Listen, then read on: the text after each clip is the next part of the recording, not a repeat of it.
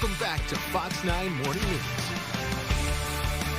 The Governor's Fishing Opener is coming up later this week in Cross Lake. Yeah, looking forward to that. And on Saturday, anglers can drop a line on the season. Walleye, northern pike, bass opens up. Lots of people excited. Joining us now is Brad Parsons, DNR Fisheries Section Manager, getting ready to do some fishing himself a little later on this morning. So thank you, Brad, for joining us. Absolutely. Well, it's a beautiful day. Might as well take advantage of it. Absolutely. Well, we won't keep you long. We want you to get out there. Talk to us about the latest numbers. The DNR has reported that Minnesota has sold more than 220,000 fishing licenses this spring, up 10% from last year. What do you expect? What does that indicate for you? Well, it indicates that, the nice weather that we've had, most of those license sales are for folks that were taking advantage either of our late ice, crappie, and sunfish fishing or early.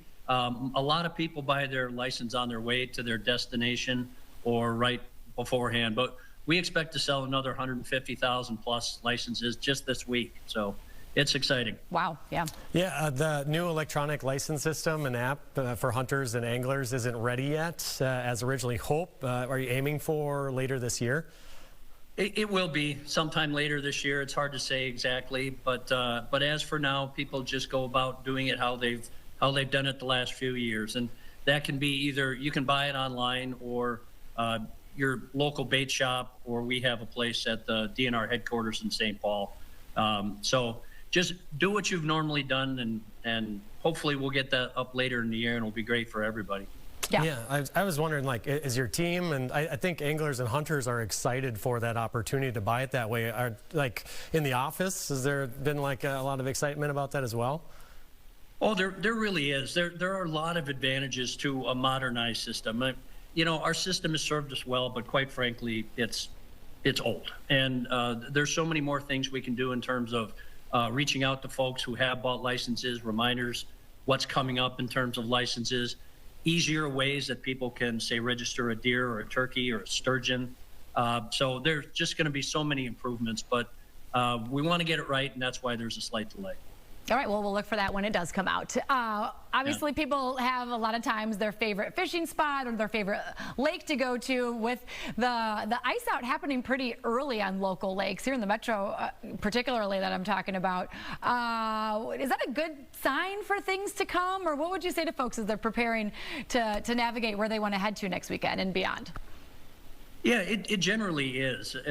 If you get that, you get the water starting to warm up a little earlier. You got a week like Jared is forecasting for us this week is really going to help. You get that nice, stable, slowly warming temperatures. That's what the fish really seem to like. So it looks like things are lining up for really good weather and really good fishing on the opener this weekend. Yeah, I've been excited about that too. It's just those big changes that can really throw you off. So I'm hoping that this holds at the end of the week, that we don't get like a potent cold front or something right before, and then like, oh man, this will really throw off my plans.